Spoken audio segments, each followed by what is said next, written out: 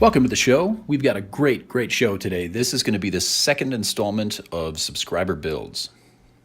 We have some great examples today sent by a couple of different viewers, and I think I'll just jump right into it. I will say, though, that if you want to have your knives or other builds featured on this channel, you can send pictures and maybe a short explanation to FargoFX, that's FARGOFX, at zoho.com, and that's an email I set up just for this purpose. So if you send me an email there, I will get it, and I will know that it's for these subscriber build segments. I'll also have that link in the description below.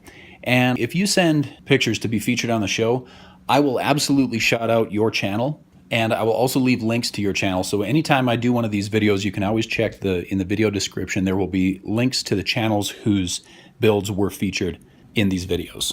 And with that, we'll get right to it. First up, we have some fantastic work from Fritz H.CustomKnives.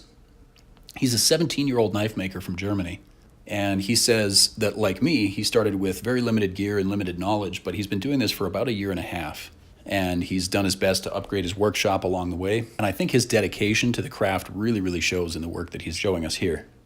Some all-around really great knives, a beautiful Scandi grind, some great leather work, and I really like the etching. If I'm not mistaken, I think this might be a mustard etch on this blade, but I'll let him comment below and give us a little bit more detail on that if he wants to. I really like the kind of visual interest and complexity that adds to this knife. He says that he prefers forging to stock removal because of the character that it adds to the knives. And honestly, from watching many of his videos, I think he does great work with the forging process. I would definitely recommend his channel to any of you that are interested in this type of work. He has a variety of DIY projects. There's a lot of knife making, a lot of forging. He even makes his own micarta. So definitely go and check out Fritz's channel. I think you're really going to like what you see.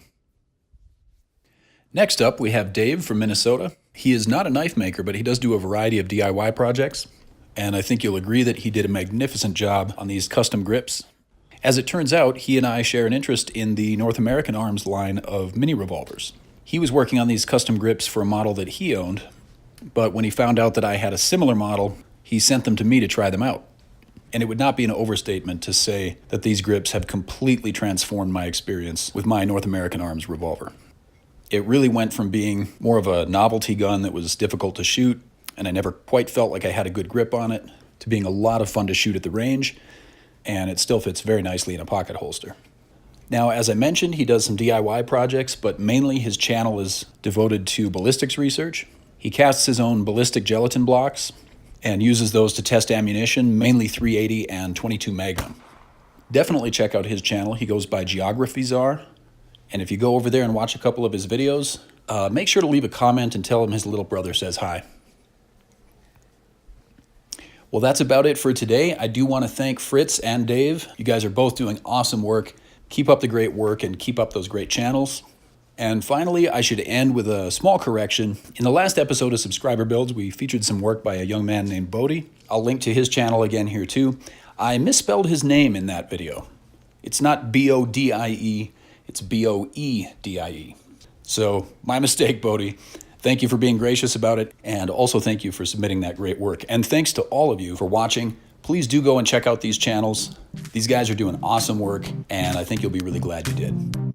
So thanks for joining me. Have a wonderful day, and we'll see you in the next video.